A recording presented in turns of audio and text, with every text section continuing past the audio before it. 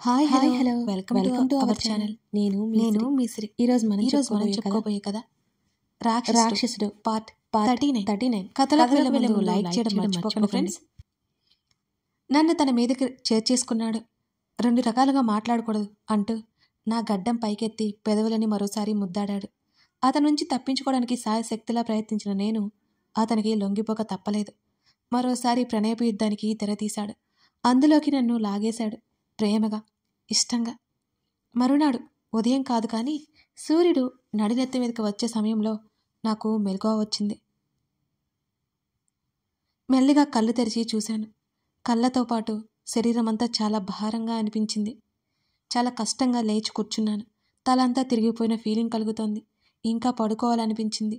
కానీ గోడ గడియారంలో 12 గంటలు అయ్యేలా ఉందని పొట్టిముళ్ళు నన్ను హెచ్చరించింది. ఉలిక్కిపడ్డాను. ఆదిల్ కోసం రూమ్ అంతా కలియజూశాను. నన్ను నేను చూసుకున్నాను. నా మీద తన టీషర్ట్ ఉంది. మెల్లిగా దిగి స్నానం చేసి వచ్చి రూమ్ అంతా క్లీన్ చేశాను. పక్కనే ల్యాంప్ టేబుల్ మీద స్టిక్కీ నోట్ కనిపించింది. అది చేతుల్లోకి తీసుకున్నాను. డియర్ స్వీట్ హార్ట్, చెప్పకుండా వెళ్ళిపోయానని కోపం తెచ్చుకోవద్దు. లంచ్ చేసి కార్తిక్తో పాటు వెళ్ళు అని అందులో రాసి ఉంది. కోపం తెచ్చుకోవద్దంట. నాకు పట్టరాని కోపం వస్తోంది అసలు. చాలాసేపు అలాగే అక్కడే కూర్చున్నాను. గత రాత్రి అనుభవాలు కళ్ళ ముందు కదిలే నాకు. కన్నింగ్ ఫెల్ల మా ఆదిబాబు నిజంగానే మాయగాడు. కనీసం కొద్ది రోజులైనా ఏడిపించాలనుకుంటున్నాడేమో నన్ను. కానీ ఒక టచ్తో నా ప్లాన్ అంతా ఫ్లాప్ చేసేశాడు. నాలో ఉన్న భయాలను తుడిచేశాడు. కోపం వస్తుంది, ప్రేమ పొంగిపోతుంది. ఏమి చేయను నేను? అద్దంలో చూసుకోగా నా మెడ క్లియర్గా కనిపిస్తున్న తన గుర్తులని చూసి జుట్టుకున్న బ్యాండేజ్ తీసేసి జుట్టు విరబోసుకున్నాను. మరోసారి నన్ను నేను పర్సనల్గా చూసుకుని అక్కడి నుంచి కిందకు వచ్చాను. నేను వెళ్ళేసరికి కార్తీక్ ఆంటీతో మాట్లాడుతున్నాడు. మార్నింగ్ కార్తీక్ అన్నాను. ఇది మార్నింగ్ కాదు క్వీన్ విక్టోరియా, కార్తీక్ వెటకారంగా అన్నాడు. సోఫాలో ఉన్న కుషన్ విసిరికొట్టాను.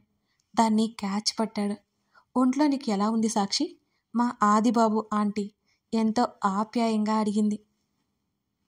ఓహో, నా ఒంట్లో బాలేదని చెప్పుంటాడు మా ఆదిబాబు. పర్వాలేదంటీ, నాకు ఒంట్లో బాలేదని ఎలా తెలిసింది మీకు అని అడిగాను ఇద్దరినీ చూస్తూ. తెలివి చూపిస్తున్నాను నేను. నా మొగుడు గారు వీళ్ళకి ఏం చెప్పారో నాకు తెలియదు కదా, అందుకే వీళ్ళ నుంచి తెలుసుకోవాలని చూస్తున్నాను. మరి హెల్తీగా లేవని ఆది చెప్పాడు. నువ్వు సరిగ్గా ఫుడ్ కూడా తీసుకోవట్లేదు అని అంది ఆంటీ. ఆకలిస్తుందా ఆంటీ? ఈ ప్రపంచంలో నా అంత అమాయకంగా ఎవరూ లేనట్టు అంత బాగా జాలిగా ముఖం పెట్టి చెప్పాను. అరే రారా భోజనం వడ్డిస్తాను అని త్వరగా కిచెన్లోకి వెళ్ళిపోయింది ఆ ఆంటీ. రా కార్తీక్ మెక్కుదాం అన్నాను సోఫా నుంచి పైకి లేస్తూ. నవ్వుకుంటూ నాతో పాటు కూర్చున్నాడు కార్తీక్. ముగ్గురం భోజనం చేసిన తర్వాత ఇవాల్టి బట్టలు తీసుకో అని అన్నాడు కార్తీక్. నేను ఎక్కడికి రావట్లేదు అని కార్తీక్ వైపే చూస్తూ చెప్పాను. ఆది చెప్పలేదా నీతో అని అడిగాడు అయోమయంగా ముఖం పెట్టి కార్తీక్. చెప్పాడు, అయినా నేను రాను అని చెప్పాను కార్తీక్తో. నీకు కాస్త పిచ్చి ఉంది సాక్షి అని కార్తీక్ అదోలా చూస్తూ అన్నాడు. నేను కోపంగా చూడగానే, లేకపోతే ఇక్కడ సేఫ్ కదని తెలుసు కదా, వాడు వచ్చేసరికి రేపవుతుంది, ఇవాళ ఆఫీస్ కూడా లీవ్ అన్నాడు కార్తీక్. నాకు రావాలని లేదు కార్తీక్ అని 2 క్షణాలు ఆగి, కార్తీక్ మా మమ్మీ దగ్గరికి తీసుకెళ్తావా అని అడిగాను ఆశగా చూస్తూ. ఒక్క నిమిషం అంటూ ఫోన్ తీసుకుని పక్కకు వెళ్ళాడు కార్తీక్. ఇప్పుడు ఆదిల్కి ఫోన్ చేసి ఆయన గారి పర్మిషన్ తీసుకొని ఈయన గారు తీసుకెళ్తాడేమో. మరో 2 నిమిషాల తర్వాత కార్తీక్ వచ్చి అలాగే వెళ్దాంలే అని అన్నాడు. అక్కడి నుంచి మెట్ల వైపుకి వచ్చి రూమ్లో ఉన్న హ్యాండ్ బ్యాగ్ ఫోన్ తీసుకుని పరుగున కిందకి వచ్చి వెళ్దామా అని అడిగాను నేను. నా వైపు కళ్ళు పెద్ద చేసి చూస్తూ అప్పుడేనా అదే ఆశ్చర్యంతో చూశాడు కార్తీక్. మరి రేపు వెళ్తావా? లేలే తనకంటే ముందే ఆంటీకి చెప్పి బయటికి వచ్చేస్తుంటే వెనకే వచ్చాడు కార్తీక్. ఉఫ్, ఆదికి దండం పెట్టొచ్చు అని నా పక్కనే నడుస్తూ అన్నాడు కార్తీక్. ఎందుకో అని అడిగాను నేను. ప్రత్యేకంగా చెప్పాలా సాక్షి, నిన్ను భరించాలంటే వాడు మహానుభావుడై ఉండాలి అని కార్తీక్ అన్నాడో లేదో నా చేతిలో 2 దెబ్బలు కూడా తిన్నాడు. అందుకే చెప్తున్నాను నేను అని భుజం రుద్దుకుంటూ అన్నాడు కార్తీక్. నన్ను రెచ్చగొడితే మళ్ళీ దెబ్బలే నీకు అని వేలి చూపిస్తే అనడంతో సైలెంట్గా కారెక్కి పక్కన కూర్చోమన్నట్టు చూశాడు కార్తిక్. నేను మాట్లాడుతూ ఉంటే ఓపిక్గా వింటున్నాడు కార్తిక్. అసలు కార్తిక్ కనుక ఆ రోజు నన్ను జాబ్ నుంచి టెంప్ట్ చేయకపోయి ఉంటే ఈరోజు ఇలా ఉండేదాన్ని కాదేమో. తెలుసో తెలియక నాకు మంచే చేశాడు కార్తిక్. నా తేనెకల వాడిని నాకు దక్కేలా చేశాడు. థ్యాంక్ యూ కార్తిక్ అనడంతో నా వైపు విచిత్రంగా చూశాడు. ఎందుకో చెప్తారా మహాశయ అని వ్యంగ్యంగా అన్నాడు కార్తిక్ నన్నే చూస్తూ. నువ్వే నన్ను ఆ రోజు పిఏగా అపాయింట్ చేయకపోయింటే ఈరోజు ఇలా ఉండేదాన్ని కాదులే అన్నాను నేను నవ్వుతూ. అవును, ఆ విషయంలో నన్ను నువ్వు మెచ్చుకోవాలి, లేకపోతే మా ఆది లాంటి వాడు దొరుకుతాడా నీకో అని అన్నాడు కార్తిక్. చాలే ఆపు, పొగడం అంటే నీ ఫ్రెండ్ గురించి గంటల గంటలైనా చెప్తావు, నా గురించి కూడా పొగుడు నువ్వు, నేను కూడా నీ ఫ్రెండ్నే కదా అన్నాను. చెప్పి మరీ అడిగి మరీ పొగిడించుకోకూడదు సాక్షి అన్నాడు నవ్వుతూ. అడగకపోతే లోపల ఎలా ఫీల్ అవుతున్నారో నాకెలా తెలుసు కార్తీక్ అన్నాను నేను తెలివిగా. సరే సరే, నువ్వు చాలా మంచి దానివి సాక్షి, నువ్వు దొరకడం మా ఆది అదృష్టం, నువ్వు వాడి వైఫ్గా లభించడం వాడు ఏ జన్మలను చేసుకున్న పుణ్యం. అసలు వాడికి అంత అదృష్టం కలుగుతుందని నాకు తెలియదు. ఇది చాలా ఇంకా ఎక్కువ ఏమైనా పొగడాలా? నవ్వాపుకుంటూ చెబుతున్న కార్తీక్ని నేను ఉరిమి చూశాను. ఛా, నా కోపం తెప్పించుకు నువ్వు. ఏయ్, ఇల్లొచ్చింది ఆగాగు అని నేను గట్టిగా అరవడంతో కార్తీక్ కారు సడన్ బ్రేక్ వేశాడు. నాకు తెలుసు నువ్వు అరవక తల్లి అని తను మాట్లాడుతూ కారు దిగేశాడు. నేను పరిగెత్తుకుంటూ లోపలికి వెళ్ళిపోయాను. మా అమ్మమ్మ బయట మడత కుర్చీలో కూర్చొని బుక్ చదువుకుంటోంది. అమ్మమ్మ గేటు నుంచి అరుచుకుంటూ వెళ్ళాను. మా అమ్మమ్మ ఒక్కసారిగా అదిరిపడింది నా అరుపులకి. పుస్తకం పక్కకు తీసి నా వైపు చూసింది. అంతే, మా అమ్మమ్మ ముఖం వెలిగిపోయింది. మా అమ్మమ్మని కౌగిలించుకున్నాను గట్టిగా. గట్టిగా నా బుగ్గ మీద ముద్దు పెట్టుకుంది. మొటికలు విరిచింది మా అమ్మమ్మ. ఫోన్ కూడా చేయలేదే, పిడుగులా ఊడిపడ్డావు అని నవ్వుతూ అంది. నేను రావడం ఇష్టం లేదా ఏంటి నీకు అని కోపంగా చూశాను. చిచి, ఏంటి ఆ మాటలో, రా లోపలికి అని నా భుజం చుట్టూ చెయ్యేసి అమ్మమ్మ నన్ను తీసుకెళ్తుంటే కార్తీక్ కూడా వచ్చాడమ్మమ్మ అన్నాను. నేను అలా అనడంతో ఆగి నన్ను వదిలేసి కార్తీక్ దగ్గరికి వెళ్ళింది. అమ్మమ్మ కార్తీక్తో మాట్లాడుతూ లోపలికి వస్తుండగానే నేను మా మమ్మీ దగ్గరికి పరిగెత్తుకుంటే వెళ్ళాను. కిచెన్ నుంచి చేతులు తుడుచుకుంటూ మా మమ్మీ బయటకు వస్తుంటే అమాంతం వెళ్ళి హత్తుకున్నాను. మా మమ్మీ ఒక్కసారిగా ఉలిక్కి పడింది నేను చేసిన పనికి. సోనా, నువ్వటే అని నన్ను దూరం జరిపి గట్టిగా ఊపిరి పీల్చుకుంది మా మమ్మీ. సోఫాలో మా మమ్మీ వల్ల తల పెట్టుకుని ఆరాంగా పడుకున్నాను నేను.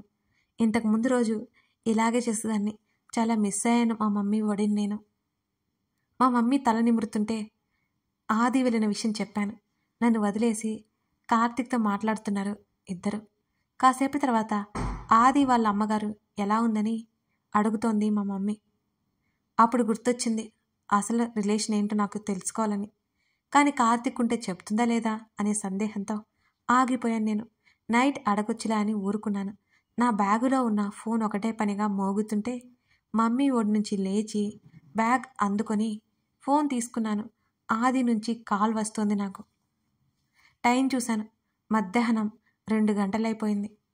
నేను ఫోన్ మాట్లాడి వస్తా అని అక్కడి నుంచి గదిలోకి తుర్రుమన్నాను. తర్వాత మాట్లాడుదులే, ఇలారా వెనుక నుంచి మా అమ్మమ్మ పిలుస్తోంది. ఆ అరుపులు నేను వినిపించుకోకుండా గదిలోకి వెళ్ళి తలుపులు వేసుకున్నాను. వాళ్ళ ముసిముసి నవ్వులు లోపలికి వెళ్ళకముందే నాకు వినిపించాయి. కాల్ లిఫ్ట్ చేసి చెవి దగ్గర పెట్టుకున్నాను. Sweet heart. తన పిలుపుకి మాట్లాడలేదు నేను కోపంగా ఉన్నాను. తనకి తెలియాలి కదా. నువ్వు కోపంగా ఉన్నావు, నేను ఒప్పుకుంటాను, నాకు తెలుసు, మాట్లాడు అని అన్నాడు నా మనసునేదో చదివేనిస్తున్నట్టుగా. నేను మాట్లాడిన నీతో అన్నాను అలకగా. అతడి సన్నటి నవ్వు.